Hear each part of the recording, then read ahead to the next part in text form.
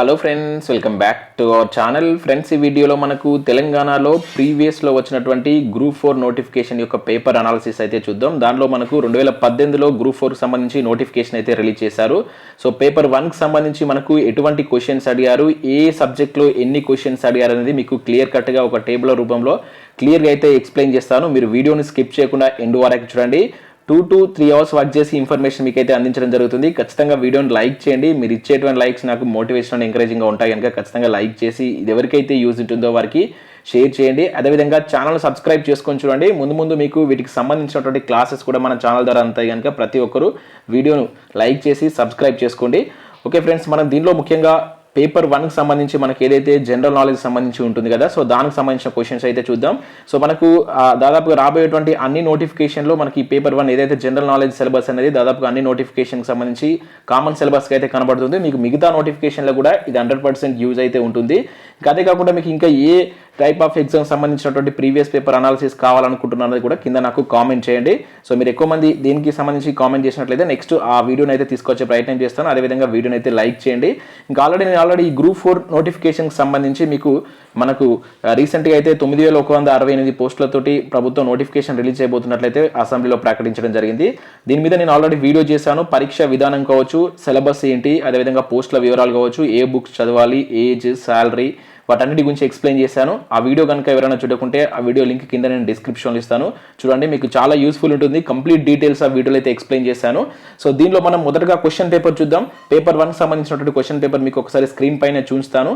So దానిలో తర్వాత మీకు అన్ని సబ్జెక్ట్లో మనకి ఏదైతే దీనిలో ఉన్నటువంటి సిలబస్లో ఏ సబ్జెక్ట్ నుంచి ఎన్ని క్వశ్చన్స్ వచ్చాయని కూడా మీకు టేబుల్ రూపంలో లాస్ట్లో ఎక్స్ప్లెయిన్ చేస్తాను. అది మీకు 100% యూస్ఫుల్ ఉంటుంది. మొదటగా క్వశ్చన్ పేపర్ ఒకసారి స్క్రీన్ పైన చూద్దాం.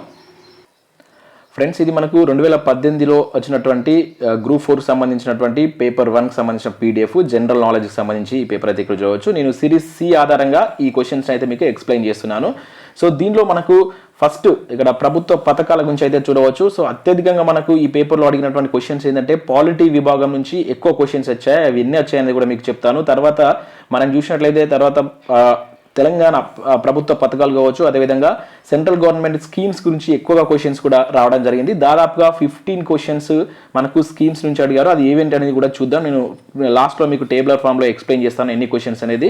ఇక్కడ మొదటగా మనం ఇక్కడ 4th క్వశ్చన్ కనుక మీరు అబ్జర్వ్ చూసినట్లయితే వనబంధు కళ్యాణ్ యోజన పథకం గురించి అయితే అడగడం జరిగింది. సో మీరు ఇక్కడ చూడవచ్చు. సో వనబంధు కళ్యాణ్ యోజన అనే పథకాన్ని కేంద్ర ప్రభుత్వం ఒక పైలట్ ప్రాజెక్ట్గా స్టార్ట్ చేయడం జరిగింది. అయితే ఏ రాష్ట్రాల్లో దీన్ని స్టార్ట్ చేసింది అని చెప్పేసి అయితే అడగడం జరిగింది. సో ఇక మధ్యప్రదేశ్, అదేవిధంగా ఛత్తీస్గఢ్ అండ్ తెలంగాణకు సంబంధించి 3 రాష్ట్రాల్లో దీన్ని పైలట్ ప్రాజెక్ట్గా అప్పుడు మనకు స్టార్ట్ చేయడం జరిగింది. సో ప్రతిదానికి నేను దీనిలో మీకు కీ కూడా ఇచ్చాను. ఏదైతే ఇక్కడ రౌండ్ అప్ చేసినటువంటి ఉంది చూసారా, అది కీ, అది మనకు అప్పుడు రిలీజ్ చేసినటువంటి ఫైనల్ కీ యొక్క ఆన్సర్స్ అవి. మీరు వాటిని కన్సిడర్ చేసుకోవచ్చు.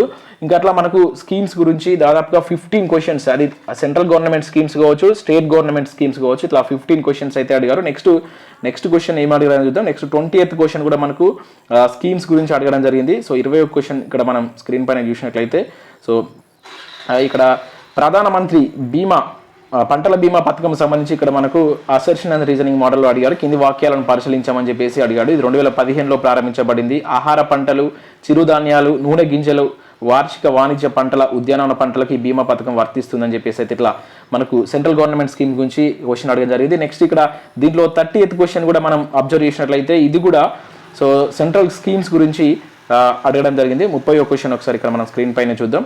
సో ఇది చూసినట్లయితే అమృత్ పథకం సంబంధించి ఈ క్వశ్చన్ అయితే అడిగారు. సో భారత ప్రభుత్వం జూన్ 2015లో ప్రారంభించబడినటువంటి అమృత్ పథకంలో ఈ క్రింద ఇచ్చినటువంటి తెలంగాణలోని పట్టణాలలో ఏవి చేర్చబడలేదు అని చెప్పేసి అడిగారు. సో ఇక్కడ మనకు మెదక్ అండ్ అదేవిధంగా సంగారెడ్డి అనేది చేర్చబడలేదు, మిగతా అన్ని చేర్చబడ్డాయి అమృత్ పథకం సంబంధించి. సో క్వశ్చన్ అడగడం జరిగింది. సో ఇట్లా చూసుకుంటూ వెళ్తే మనకు టోటల్గా ఈ ఓన్లీ స్కీమ్స్ మీకెళ్ళే దాదాపుగా 15 క్వశ్చన్స్ అడిగారు. సో చాలా ఇంపార్టెంట్. మనకు రీసెంట్గా తెలంగాణ బడ్జెట్ కూడా పెట్టింది. దానిలో 2022లో ఇంప్లిమెంట్ చేయబోయేటువంటి స్కీమ్స్ లిస్ట్ కూడా ఇచ్చారు.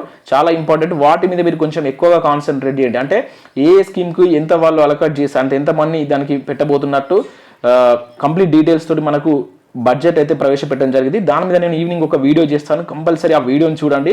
అంటే ఏ పథకాలకు సంబంధించి ఎంత బడ్జెట్ కేటాయించింది అనేది ఇచ్చారు. అంటే ఆ వాటి గురించి మనకు ప్రీవియస్లో క్వశ్చన్స్ అడగవచ్చు, ఎందుకంటే ప్రభుత్వం దేని మీద ఎక్కువ ఫోకస్ చేస్తుంది అనే దానిపైన అటువంటి స్కీమ్స్ మీద మనం క్వశ్చన్ అడిగేటువంటి ఛాన్స్ ఉంటుంది. కనుక నేను ఈవినింగ్ 8 to 9 మధ్యలో ఆ బడ్జెట్ సంబంధించిన స్కీమ్స్ మీద వీడియో అప్లోడ్ చేస్తాను. సో అదైతే కంపల్సరీ చూడండి, మీకు యూస్ఫుల్గా ఉంటుంది. ఇట్లా 15 క్వశ్చన్స్ మనకు స్కీమ్స్ నుంచి అడగడం జరిగింది.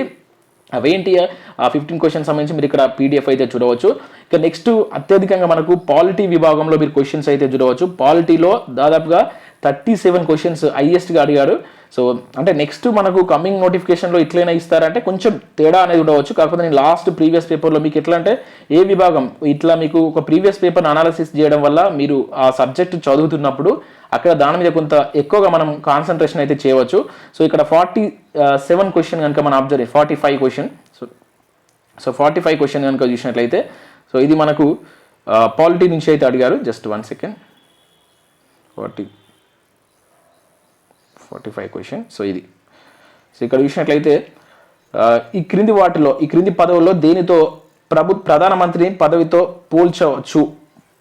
పోల్చి చూడవచ్చు అని చెప్పేసి అడిగాడు. క్యాబినెట్ అధినేతన లేదా విదేశీ సంబంధాల విషయాలపై ముఖ్య ప్రతినిధి, రాజ్యాధినేతన, పార్లమెంట్ అని చెప్పేసి అడగడం జరిగింది. సో మనకి ఎట్లా రాజ్యాధినేత అంటే రాష్ట్రపతితో ఈక్వల్, మనం రాష్ట్రపతిని రాజ్యాధినేత అంటాం కదా, ఇది ఒక్కటి తీసేస్తే ఈ 3 కరెక్ట్. సో ఇట్లా ముఖ్యంగా పాలిటిక్కి సంబంధించి మనకు రాజ్యాంగ నేపథ్యంలో ఉన్నటువంటి వాటిపైన ఎక్కువ క్వశ్చన్స్ అడిగాడు. అదేవిధంగా సుప్రీంకోర్టు అధికారాలు కావచ్చు, రాష్ట్రపతి అధికారాలు, అదేవిధంగా మనకి ఏదైతే బ్రిటిష్ ఇండియా చట్టాలు ఉన్నాయి కదా అవి కూడా మనకు ఇండియన్ హిస్టరీలో వస్తుంది, పాలిటీలో కూడా ఆ పార్ట్ ఉంటుంది. సో దాన్ని కూడా మనం చూసుకోవాల్సి ఉంటుంది. ఇక్కడ 48వ క్వశ్చన్ కూడా డిలీట్ చేశారు. మొత్తం లాస్ట్ ఇయర్ మనకు 150 క్వశ్చన్స్లో 5 క్వశ్చన్స్ అయితే డిలీట్ చేశారు. ఇక్కడ 73వ రాజ్యాంగ సవరణకు సంబంధించి ఒక క్వశ్చన్ అయితే అడిగారు, అది మిస్టేక్ ఉందని చెప్పేసి దాన్ని డిలీట్ చేయడం జరిగింది. ఇక నెక్స్ట్ ఇక్కడ 49వ క్వశ్చన్ కూడా మనకు పాలిటిక్స్ సంబంధించి చూడవచ్చు. ఇది రాజ్యాంగంలో ఈ క్రింది నిబంధన ఏది November 26, 1949 నుండి అమల్లోకి వచ్చింది అన్నాడు. ఏ పౌరసత్వం సంబంధించిన నిబంధనలు, ఎన్నికలకు సంబంధించిన నిబంధనలు, తాత్కాలిక పౌర్నమెంట్, అదేవిధంగా ప్రాథమిక హక్కులు. మనకు ప్రాథమిక హక్కులు అనేది తర్వాత వచ్చింది. సో ఫస్ట్ ఈ 3 రావడం జరిగింది. సో ABC మాత్రమే అని చెప్పేసి ఇక్కడ ఆన్సర్ అయితే మనకు అది కరెక్ట్ ఆన్సర్. సో ఇది 49వ క్వశ్చన్ కూడా మనకి ఇదే చూడవచ్చు. ఇక 50వ క్వశ్చన్ కూడా సో ఇక్కడ 50వ క్వశ్చన్ కూడా మనకు సుప్రీంకోర్టుకు సంబంధించినటువంటి అధికారులపైన క్వశ్చన్ ఇవ్వడం జరిగింది. 51వ క్వశ్చన్ చూసినట్లయితే మనకు శాసన మండలి సభ్యులను ఎన్నుకునబడే విధానం ఎట్లా ఎన్నుకుంటారు, ప్రత్యక్షణ, పరోక్షణ, నియామకం ద్వారా. సో మనకు 3 ద్వారా ఎన్నుకుంటారు. ఎందుకంటే శాసన మండలికి సంబంధించి మనం చూస్తూ ఉంటాం. సో మనకు ఏది నామినేటెడ్ ఉంటారు, కొంతమంది టీచర్స్ ఎన్నుకునేది ఉంటుంది, తర్వాత కొంతమంది గ్రాడ్యుయేట్స్ ఎన్నుకుంటారు. సో ఇట్లా ప్రత్యక్ష, పరోక్ష అని చెప్పేసి రకరకాలుగా ఉంటాయి కదా, ఆ 3 ఉంటాయి అని చెప్పేసి ఇక్కడ మనం అయితే వాడికి సంబంధించి చూడవచ్చు. ఇంకా నెక్స్ట్ 51 క్వశ్చన్ కూడా మనకు పాలిటిక్స్ సంబంధించి అడిగాడు. అండ్ అదేవిధంగా నెక్స్ట్ 66 క్వశ్చన్ కూడా దీనిలో ఇదే పేపర్లో మనం 66వ క్వశ్చన్కి సంబంధించి కూడా పాలిటిక్స్ సంబంధించి ఇక్కడ చూడవచ్చు. భారత రాజ్యాంగ పీఠికకు సంబంధించి సరైనవి.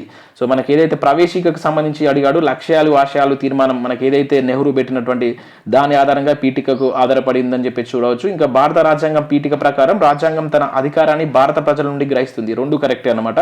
సో మనకి ఇది ఎప్పుడు తీసుకొచ్చారు, ఏ రాజ్యాంగ సవరణ ద్వారా తీసుకొచ్చారు. సో మనకు 42, 44 రాజ్యాంగ సవరణలు చాలా చాలా ఇంపార్టెంట్. అది మనకు 1976, 78లో ఈ 2 రాజ్యాంగ సవరణలు చేయబడతాయి కనుక వీటి గురించి మనకు ప్రీవియస్లో నెంబర్ ఆఫ్ టైమ్స్ అడగడానికి ఛాన్స్ ఉంటుంది. వాటి మీద క్లియర్ కట్ ఏం చేర్చారు, 42వ రాజ్యాంగ సవరణ ద్వారా ఏం చేర్చారు, 44 తర్వాత ఏం చేర్చారు, ఏం తీసేశారు, ఓకేనా. అది 76లో ఎవరున్నారు ప్రధానమంత్రి, 78లో ఎవరున్నారు, అప్పుడు రాష్ట్రపతి ఎవరు, ఇవన్నీ మనం క్లియర్ కట్గా పాలిటిక్స్ సంబంధించి చూసుకోవాల్సి ఉంటుంది. కొంచెం మీరు గ్రూప్ 4 మీ టార్గెట్ అనుకుంటే పాలిటీకి కొంచెం ఎక్కువగా టైం కేటాయించండి. మనకి ఇక్కడ 47వ క్వశ్చన్ కూడా దేశ పాలనకు సంబంధించి భారత రాజ్యాంగంలో ఆదేశిక సూత్రాలు ప్రాథమికమైన, అంటే ఆదేశిక సూత్రాల మీద క్వశ్చన్ అయితే అడగడం జరిగింది. అంటే ముఖ్యంగా ప్రాథమిక హక్కులు, ఆదేశిక సూత్రాలపైన కూడా మనం క్వశ్చన్స్ అయితే చూడవచ్చు.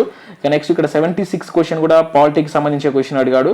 సో 76 క్వశ్చన్ కనుక చూసినట్లయితే రాజ్యాంగ సవరణలు కాలక్రమంగా అమర్చండి. సో మనకు రాజ్యాంగ సవరణల లిస్ట్ ఉంటుంది కదా, మొత్తం ఇప్పటివరకు 104 రాజ్యాంగ సవరణలు కంప్లీట్ చేశారు. సో ఆ 104 రాజ్యాంగ సవరణకు సంబంధించినటువంటి డీటెయిల్స్ కూడా మనం చదవాల్సి ఉంటుంది. మీకు అన్ని కాంపిటేటివ్ ఎగ్జామ్కి అది యూజ్ అవుతుంది. ఇక నెక్స్ట్ 69th క్వశ్చన్ కూడా మనకు 69 అంటున్నాను, 78, 79 క్వశ్చన్స్ కూడా ఇదే విభాగం నుంచి అడిగాడు. ఇక్కడ చూసినట్టయితే మనకు చార్టర్స్, ఇది బ్రిటిష్ ఇండియా చట్టాలకు సంబంధించినటువంటి క్వశ్చన్ ఇది.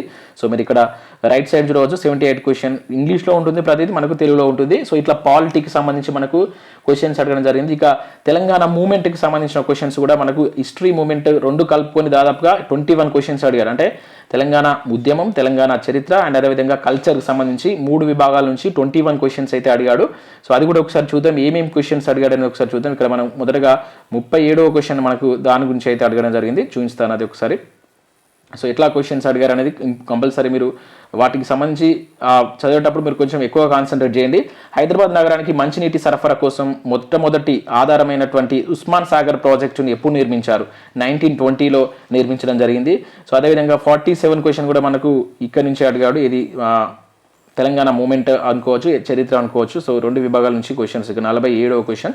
సో ఏంటంటే మనకి ఇక్కడ సాలార్జంగ్ సంస్కరణకు సంబంధించినటువంటి క్వశ్చన్ చూడవచ్చు. అప్పుడు భూమి శిస్తు అనేది ఏ విధంగా విధించాడు? భూమి శిస్తులో 1/8వ వంతు అంటే భూమి శిస్తుకి సంబంధించి 1853లో తాలూకాదారులను వసూలు చేసేటువంటి శిస్తులో ఎంత భాగం వేతనం చెల్లించడానికి అనుమతించిన దానిపైన క్వశ్చన్ అడిగాడు. అదేవిధంగా 101 క్వశ్చన్ కూడా మనకు ఏది ఈ తెలంగాణ హిస్టరీ నుంచి అడిగాడు. సో 101 క్వశ్చన్ కూడా ఒకసారి చూద్దాం. సో ఈ లిస్ట్ కూడా మీకు ఏ క్వశ్చన్స్ ఏం అడిగాడు అనేది కూడా లాస్ట్లో మీకు చెప్తాను, కావాలంటే మీరు వీడియోని పాజ్ చేసుకున్నప్పుడు చూసుకోవచ్చు. సో 101 క్వశ్చన్ చూద్దాం ఒకసారి. ఆ క్వశ్చన్ ఏమి ఇచ్చారని చూసే ప్రయత్నం చేద్దాం.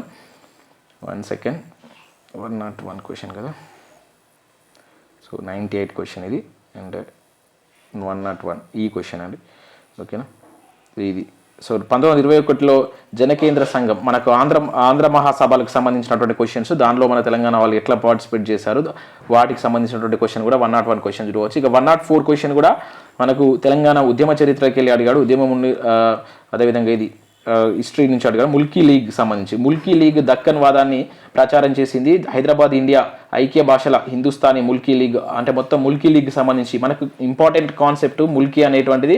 ముల్కీ నాన్ ముల్కీ అంశాల మీకు మనకు ప్రతి ఎగ్జామ్లో బిట్టుబడుతుంది. నేను మీకు ఉద్యమ చరిత్రకు సంబంధించినటువంటి కంప్లీట్ క్లాసెస్ మన ఛానల్ ద్వారా అంతా మీకు అక్కడ నేను క్లియర్ కట్ డీటెయిల్స్ తోటి ఎక్స్ప్లెయిన్ చేస్తాను. సో ముల్కీకి సంబంధించిన క్వశ్చన్ కావచ్చు. ఇక్కడ 109 అండ్ 110 క్వశ్చన్స్ కూడా. 109 వచ్చేసి 1946 to 48 సంవత్సరాల్లో జరిగినటువంటి కొన్ని మూమెంట్స్ గురించి ఇచ్చాడు. అదేవిధంగా 109 క్వశ్చన్ 110కి సంబంధించి కూడా మీరు ఇక్కడ క్వశ్చన్ వచ్చి 110వ క్వశ్చన్. నిజాం ప్రభుత్వ ఉద్యోగుల క్రింది వారిలో ఎవరు ఏమన్నారు ఉద్యోగులకు సంబంధించి? సో అట్లా ఈ విధంగా మనకు దాదాపుగా ఉద్యమం నుంచి, హిస్టరీ నుంచి అండ్ కల్చర్ నుంచి 21 క్వశ్చన్స్ అయితే అడగడం జరిగింది. సో ముఖ్యంగా ఇక్కడ ఇక మిగతా సబ్జెక్ట్ మీరు చూసుకోవచ్చు. నేను PDF అనేది కింద డిస్క్రిప్షన్లో ఇస్తాను, ఒకసారి మీరు చెక్ చేయండి. నేను ఆ క్వశ్చన్ లిస్ట్ కూడా మీకు అక్కడ చెప్తాను, జస్ట్ వెయిట్. సో ఇక్కడ మనం చూసినట్టయితే మొత్తం సబ్జెక్టుల వారిగా ఎన్ని క్వశ్చన్స్ అడిగారు అనేది ఒకసారి ఇక్కడ చూద్దాం. సో క్లియర్ కట్గా మీకు ఇక్కడ డీటెయిల్స్ అయితే ఇచ్చాను నేను. ఏ సబ్జెక్ట్ నుంచి ఎన్ని క్వశ్చన్స్ వచ్చాయి ఓవరాల్గా ఒకసారి ఓవర్వ్యూ కనుక మనం చూసినట్లయితే ఇండియన్ పాలిటీ నుంచి 37 క్వశ్చన్స్ వచ్చాయి. నేను క్లియర్ కట్గా ఆ పేపర్ ముందర పెట్టుకొని ప్రతిదీ రాశాను. ఆ 37 క్వశ్చన్లకు సంబంధించినటువంటి నెంబర్స్ కూడా మీకు చెప్పమంటే చెప్తాను. మీకు ఒకవేళ వీడియో పాజ్ చేసుకొని విని మీరు రాసుకోండి. సో మనకు 45 క్వశ్చన్ కావచ్చు, 48, 49, 50, 51, 66, 67, 68, 69, 70, 71, 72, 73, 74. మీరు ఆ క్వశ్చన్ పేపర్ డౌన్లోడ్ చేసుకొని వీటిని చూసుకోండి. 75 క్వశ్చన్, 76, 77, 78, 79, 80 ఇట్లా వరుసగా మనకు పాలిటీ క్వశ్చన్స్ ఉన్నాయి, అవి మీరు చూసుకోవచ్చు. ఇక నెక్స్ట్ ఉద్యమ చరిత్రకు సంబంధించి మొత్తం 21 క్వశ్చన్స్ అడిగారు. మీకు ఇంత ముందు కొన్ని క్వశ్చన్స్ ఎక్స్ప్లెయిన్ చేస్తాను, మీరు అట్లా చూడండి. ఇక పథకాలకు సంబంధించి 15 క్వశ్చన్స్ అడిగాడు. సో వీటికి సంబంధించి మీకు ఇంతకుముందు చెప్పాను 4వ క్వశ్చన్ కావచ్చు, 20, 30, 36, 91, 128, 136 క్వశ్చన్, 137, 138, 139, 40 అండ్ 141, 47, 149, 150 క్వశ్చన్. మనకు మొత్తం 15 క్వశ్చన్స్ కేంద్ర ప్రభుత్వ పథకాలు, తెలంగాణ ప్రభుత్వ పథకాల గురించి అడిగాడు అండ్ లాస్ట్ ప్రీవియస్ పేపర్లో. And Indian geography. So geography కూడా చాలా చాలా ఇంపార్టెంట్. ఇక్కడ నుంచి కూడా మనకు 15 క్వశ్చన్స్ అడగడం జరిగింది. దీన్ని మీరు కంపల్సరీ చూడాల్సి, ఎందుకంటే గ్రూప్ 4లో జాగ్రఫీ చాలా ఇంపార్టెంట్. అదేవిధంగా SI కానిస్టేబుల్ కూడా ఎక్కువ క్వశ్చన్స్ వస్తుంటాయి. ఇక్కడ మనకు 7th క్వశ్చన్ కూడా 7th, 27, 28, 29, 31, 32, 33, 34, 41, 44, 46, 58, 59, 65, 102. సో ఇట్లా మనకు జిగ్జాగ్గా ఇచ్చాడు, ఒక దగ్గర కాకుండా గ్రూప్ 4లో జిగ్జాగ్గా ఇవ్వడం జరిగింది. సో ఇట్లా 15 క్వశ్చన్స్. కరెంట్ అఫైర్స్ నుంచి 14 to 15 క్వశ్చన్స్ అయితే రావడం జరిగింది. కరెంట్ అఫైర్స్ అంటే అన్ని విభాగాలు కలుపుకొని. ఇక మోడర్న్ ఇండియన్ హిస్టరీ, చరిత్ర నుంచి కనుక చూసినట్లయితే మనకు ఆధునిక భారతదేశం నుంచి అయితే ఎక్కువ క్వశ్చన్స్ అడిగారు. సో మనకు చరిత్ర నుంచి కొంచెం తక్కువ ఉన్నాయి, జస్ట్ ఒక 3 క్వశ్చన్స్ అయితే అడిగాడు. ఇక ఆధునిక భారతదేశం చాలా చాలా ఇంపార్టెంట్. 15 క్వశ్చన్స్ అనేది మనకు ఆధునిక భారతదేశం నుంచి అడగడం జరిగింది. ఇండియన్ హిస్టరీ మీకు 3 క్వశ్చన్స్ అడిగాడు. ఇక బయాలజీకి సంబంధించి 8 క్వశ్చన్స్ అడిగాడు. సో ఓవరాల్గా మనకు physics, chemistry, biology, science and టెక్నాలజీకి సంబంధించి చూసినట్లయితే ఇవి మనకు కొన్ని బయాలజీలో 8 క్వశ్చన్స్, 10వ క్వశ్చన్, 13, 14, 16, 57, 60, 61, 62 మనకు బయాలజీ నుంచి అడిగాడు. ఇక నెక్స్ట్ ఫిజికల్ అండ్ కెమిస్ట్రీ కనుక చూస్తే 15 క్వశ్చన్ కావచ్చు, 53, 54, 55 క్వశ్చన్ అయితే అడగడం జరిగింది. ఒకసారి మీరు ఆ క్వశ్చన్ పేపర్ చూడండి. ఇక సైన్స్ అండ్ టెక్నాలజీ ఒక 3, 17 క్వశ్చన్, 52, 56 క్వశ్చన్, ఇట్లా 3 క్వశ్చన్స్ అయితే అడిగారు. ఇక ఎకనామీ నుంచి కనుక చూసుకుంటే మొత్తం 8 క్వశ్చన్స్ అయితే రావడం జరిగింది. ఎకనామీలో మనకు టోటల్గా 8, 18, 35, 38, 39, 40, 42, 43 అట్లా మనకు మొత్తం 8 క్వశ్చన్స్ అయితే ఎకానమీ నుంచి అయితే అడగడం జరిగింది. సో ఇది టోటల్గా మనకు 150 మార్క్స్ వెయిటేజ్. మీకు కావాలంటే దీన్ని ఒక స్క్రీన్ షాట్ కొట్టుకోండి. ఈ ప్రకారంగా మీరు ప్రిపేర్ కాండి. సో మీరు గ్రూప్ 4 అనుకుంటే సో ఇక్కడ అత్యధికంగా మనకు పాలిటీ ఇచ్చారు. తర్వాత తెలంగాణ ఉద్యమం మీరు కాన్సన్ట్రేట్ చేయాల్సి ఉంటుంది, తెలంగాణ చరిత్ర అంటే తెలంగాణ అంశాలపైన. అండ్ నెక్స్ట్ స్కీమ్స్, జాగ్రఫీ, అదేవిధంగా ఆధునిక భారతదేశంలో 15 క్వశ్చన్స్ ఇచ్చారు. ఈ మూడింటికి ఈక్వల్గా చూడవచ్చు. అండ్ అదేవిధంగా కరెంట్ అఫైర్స్, ఇవి 4 15 క్వశ్చన్స్, పథకాలు, ఇండియన్ జాగ్రఫీ, కరెంట్ అఫైర్స్, ఇది ఆధునిక భారతదేశం. ఇక లీస్ట్లో మనకు జనరల్ సైన్స్ విభాగంలో చూసుకుంటే బయాలజీ 8, ఇవి 4 అంటే 12 + 3 15, ఇవి 3 కలిపితే 15 కింద ఇచ్చాడు. సో సేమ్ మనకి ఇదే ఫాలో అయ్యాడు. ఇక జీకే నుంచి ఒక 5 క్వశ్చన్స్, ఎకానమీ నుంచి 8 క్వశ్చన్స్, ఇట్లా 150 మార్క్స్ పేపర్ అనేది మనకు ప్రీవియస్లో ఇచ్చాడు. కనుక మీరు ఈ విధంగా దీని ఆధారంగా కనుక ప్రిపేర్ అయినట్లయితే మీకు ఎక్కువగా స్కోర్ చేసేటువంటి ఛాన్స్ ఉంటుంది. అండ్ అక్కడ ఉన్నటువంటి అంశాలను కొంచెం డెప్త్గా చూసుకోండి. నేను ఇంకా చెప్తాను, ఆ బిట్లకు సంబంధించినటువంటి వివరాలు కూడా క్లాసెస్ రూపంలో మీకు తీసుకొచ్చేటువంటి ప్రయత్నం నేను మన ఛానల్లో చేస్తాను. మీరు ఖచ్చితంగా ఛానల్ సబ్స్క్రైబ్ చేసుకొని సపోర్ట్ చేయండి. మీరు సపోర్ట్ చేసినట్లయితే ముందు మంచి వీడియోస్ రావడం జరుగుతుంది. ఇంకా మీకు ఇట్లా ఏ పేపర్ సంబంధించినటువంటి అనాలిసిస్ మీకు కావాలనుకుంటున్నది కింద కామెంట్ చేయండి. అండ్ అదేవిధంగా పేపర్ పీడిఎఫ్ కూడా కింద డిస్క్రిప్షన్లో ఇస్తాను, డౌన్లోడ్ చేసుకోండి. ఆల్రెడీ పేపర్ 2కి సంబంధించినటువంటి ఏదైతే మనకు సెక్రటేరియల్ ఎబిలిటీకి సంబంధించి 150 మార్క్స్ ఉంది కదా, ఆ పేపర్ లింక్ కూడా కింద డిస్క్రిప్షన్లో ఇస్తాను. ఒకసారి అయితే మీరు చూడండి. సో ఇది thanks for watching. Thank you.